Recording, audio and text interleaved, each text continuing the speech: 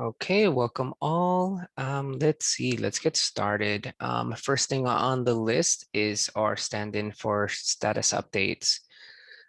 Personally, I don't have anything for status update, given I was on vacation and I've been focusing on other parts outside of the learning team, but I hope to kind of get back into it right now this week.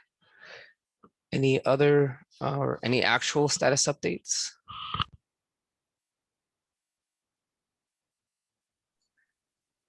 I have a draft PR for adding migration guides for the newer APIs that I need to update with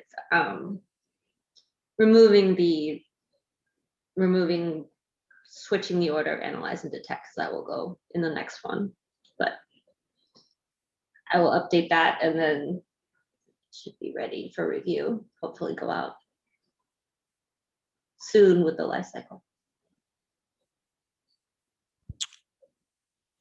Do we have, or does the implementation team have a strategy for releasing, or I guess coordinating a release of either a spec or the life cycle and the documentation associated to it?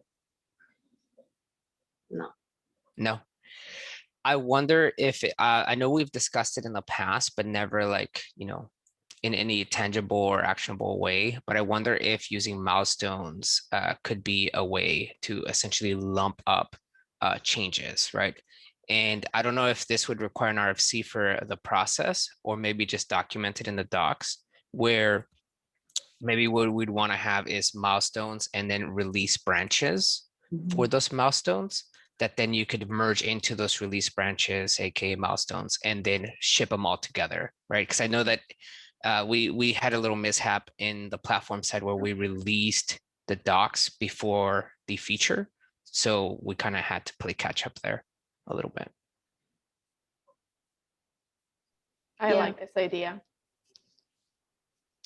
If there's no objections to that, that's something we could get started. I'll at least start writing the documentation in the docs repo for the process. And then, Natalie or Yael implementation team, if you want to start following that process, that'd be nice. I did go through and tag some issues with a milestone,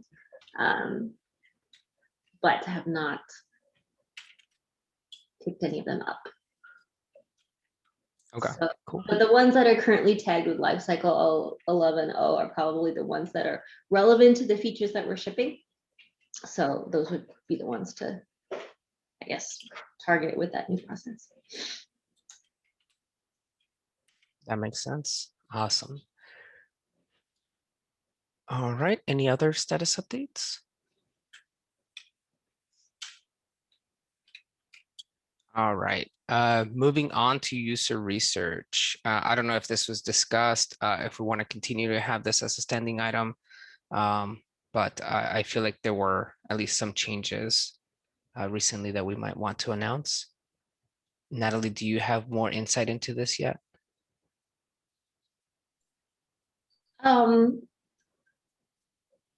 Last week, my update was I need to speak with Sam because he's looking to hand over kind of the work and aspiration of this project to us. And I now am seeing in his status on Slack that he's on vacation until the 26th. So. Cool. So still follow up, but it'll take a little bit longer. That's what it sounds like. Awesome. Cool. Moving on to unlabeled issues. I think I checked this before the meeting and we don't have any. So that's a good sign. It means that we've taken ownership of at least the issues. Now on to Katacoda. Anybody want to discuss this? Yeah, I added that for like just to figure out what to do with that repository and the plan forward. So in the last meeting we discussed like whether Katacoda would be something that would be useful in the conclusion was yes, but we still need to figure out like how to make it so that it stays in sync with the documentation and other things. Um, the currently, since all of the tutorials are not migrated over, I haven't sort of like figured out a plan to merge them together. But uh, I think some of the tutorial content may have to change to make it like uh, coherent with both Katakoda and the normal docs. Like that'll just be like layout things, which like splitting up commands into different like, code blocks or something like that, so that it makes like it works on both the sides. And while working on that, I also noticed like some small issues where like so not the entirety of docs are tested using that tool. What's it called? The one that complements Hugo. I'm forgetting the name. Oh, the Yugo. Yeah, Hugo. Yes. Yeah, yeah. So not all of the docs are tested using that. So like for example, the app developers guide I think had a few typos that I discovered simply by running through it, and I think we should also try and remove any hard-coded credentials because, for example, the app developer guide assumes that you have access to the Buildpacks IO Docker registry in order to use like the cache image stuff, which I don't know if you want to put that there. Is that true? I guess maybe I missed that. Okay, uh, it says that maybe it's just like the exact commands you have to follow. You can change the image and you can still do it. And like Hmm. if I was porting the exact thing to Kata code, I couldn't just copy paste, like couldn't have those commands be the same and they had to be templated essentially. So I Oh, tweaked yeah, that a makes local sense. registry. So um, when I was using the local registry, I figured out some other issues while using pack in the local registry, which Natalie helped me figure out. But we should probably add that to the documentation as well for cache images. So uh, going back to the original topic, like we still need to like restructure some of these things to make it compatible with like the Kata code environment, which I think would be useful in general as well for like someone who's completely new to this and they have their own environment. Like we shouldn't have any steps that assume things about their environment beyond a Right. certain set of requirements that we specify beforehand. Um, and the only issue is like Katakoda has some markdown extensions which we need to strip out before we can pass to Hugo. If we can figure out like a consistent format between the two, so I was hoping we could create like the Katakoda version of it, see what changes we have to make to the official docs and if it makes sense uh, to make those changes. And then, sort of, once both of those things are in place, we can then merge the two and strip out those markdown extensions using like a simple sed or something else to just replace those things with like just white space or something like that. Yeah. Yeah, that definitely makes sense. It sounds like this is more of a epic than a small issue, right? Yeah.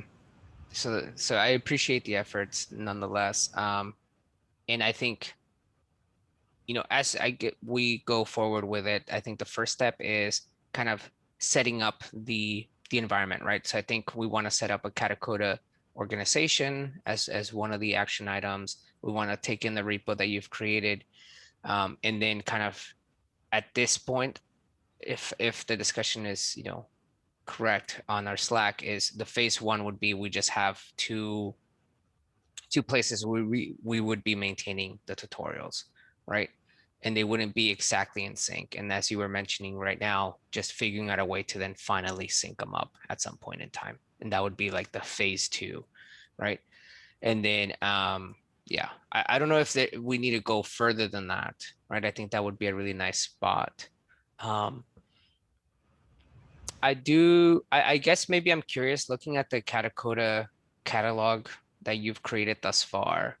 It seemed like there was one, I guess, section, I don't know what to call it, one grouping of things, which is the app developer guide. And it had a lot of, I guess the way I look at it in our current docs is like it's app developer guide, but you get to choose what you want to learn from, right? Versus in the Katacoda catalog, it looks like you start this app developer guide and it just like walks you through maybe what's not like additive changes, right? Like this one talks about this one thing and then like the context drastically changes to this one now talking about something completely different.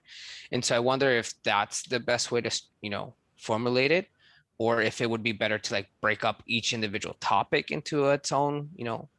section, but I don't know if that's better or if it just creates more clutter. I don't know like what the options are for organization purposes are within Katacoda. Yeah, so there are three options. So like one are the steps within a scenario, which is what that thing currently is. Then you have scenarios, which are like those two things that you currently see on my profile. And then you can have like I think it's called a course or something like that, where you can connect different scenarios together. So you can have like a course on app developers that contains multiple scenarios, each of which is the only reason I bundle them together is that each scenario typically has like the same environment set. So within each steps, you still retain the environment from the previous step. Um, it, I just found it useful initially, like while iterating, to have like that pack set up and the Docker images downloaded from my previous steps. But if we split it into different scenarios, then they'll have to essentially like each time they open a new scenario, it sets up the environment again, which takes a few seconds. But yeah, I see. That makes sense. Um, yeah, I guess I don't have a strong preference right now, but it does seem like the scenarios with a course would be like a slightly different. And I don't know, maybe within the course, you could also have like a table of contents. I don't know if that's possible, but where you could jump to certain scenarios instead of having to go one at a time. so you could technically just like at the end it shows like a finish.md, which is like a markdown that shows when you finish the scenario. You can then over there provide links like, hey, check out this or this, if that makes sense. Mhm. Like similar to how in the BP authors guide we have like references next, you may want to check out this or that, Oh, something. right. Yeah. And so is that a per scenario? Yeah, you so if you want to take a look at the existing courses, it's this, and you can see they have like scenarios into them, which I think are ordered in some way. But it looks like you can also have courses within a course. Okay. Yeah, that's what I was gonna ask because I wonder like we should have like a build packs, right? Or cloud native build packs course. And Yeah. then inside of that, like an app developer course. And so if that's possible, that'd be awesome. Yeah. And the good thing is that each of these courses at the end can have like a playground. So once you're done with this and you still just want the environment to play around, you can also have like something with pack installed and Docker available, which is nice. All right. So sounds like we have some pre-work, some migration of repo. And then we want to make, do we already have the build packs organization? And I it's also just, added all the learning maintainers and contributors there. okay. So that's already been done. Yeah. Cool. Okay, so phase one would essentially just be keeping 2 copies, right? Do you think we should we link one to the other? Like, so currently Katakoda stuff links to um, the docs website. Do we want to surface Katakoda on the docs website, or do we want to keep it like as it is for now, like sort of in stealth mode? Are you asking whether like in the docs page, we want to say like, try it now, and then it like links you over? I think that would be awesome if we had that.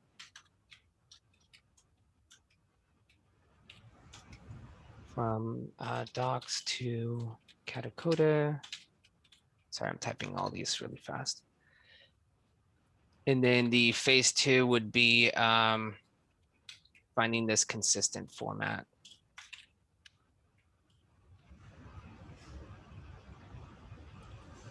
Okay, and then, yeah, I think same thing, right? Like we would still have the link from the docs that are generated to the Triacatacoda stuff.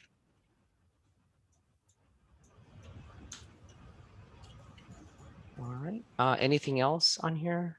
So I think this one right now, I think we're waiting for Joe to be able to do this, the migrating of the repo.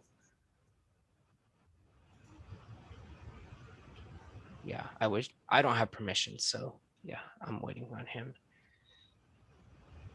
All right, any other questions, conversations necessary on Katacoda? Just wanted to say that it sounds really cool. So well done. Awesome. Yep, thank you, Sam. All right, moving on to Container Garage, question mark. That's sort of a continuation from a thread we had in Slack. So Docker and CNCF are organizing these series of like workshops, talks, or I don't know, like a series of talks essentially based around different aspects of container technologies.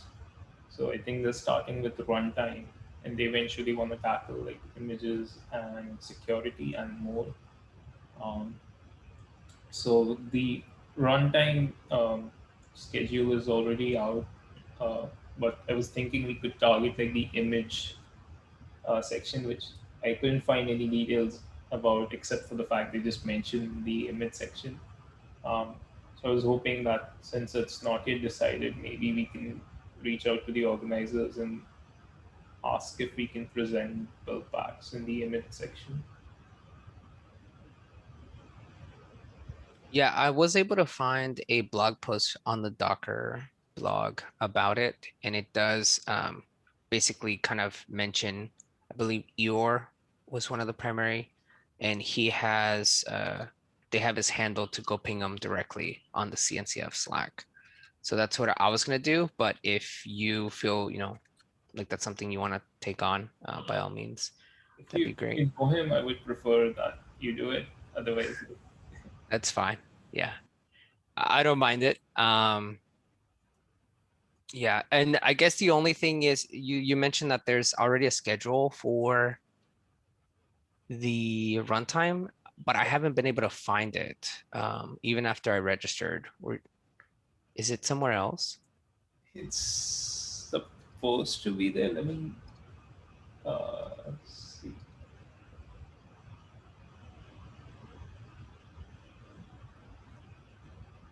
And when we say like a schedule, are we talking about the specific talks, or we're Yeah, just saying like I the think they rough? just have like the agenda items there, like talks and demos, live panel, talks and demos.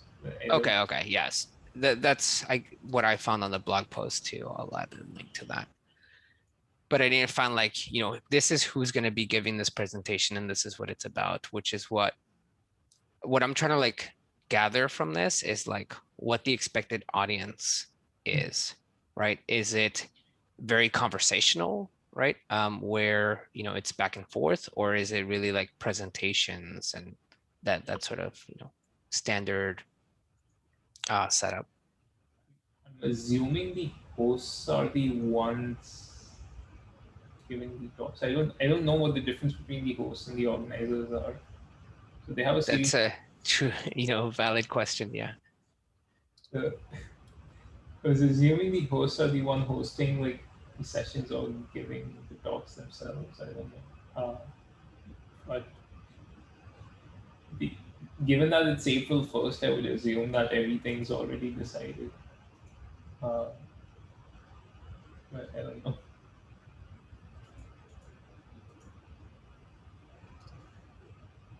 Cool. So, Oracle, Equinix, Seven Sphere, Civo Cloud. I don't know Civo Cloud. That seems interesting.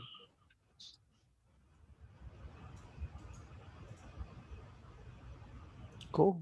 Yeah, so I guess the action item here is to reach out to Eeyore, something I'll definitely do right after this. I'll go hunt them down and see what it looks like. Is there a date for the next one? No, right?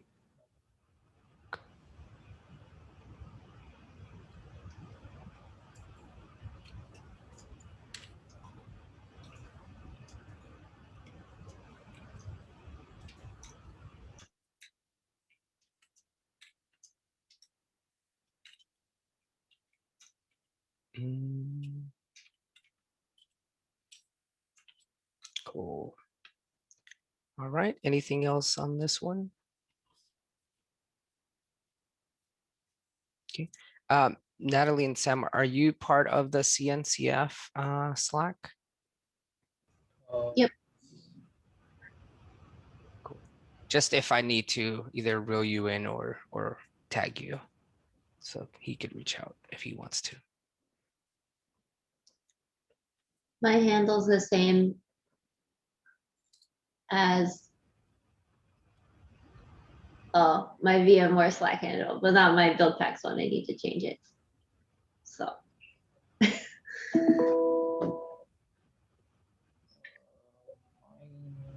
Cool. All right. Anything else?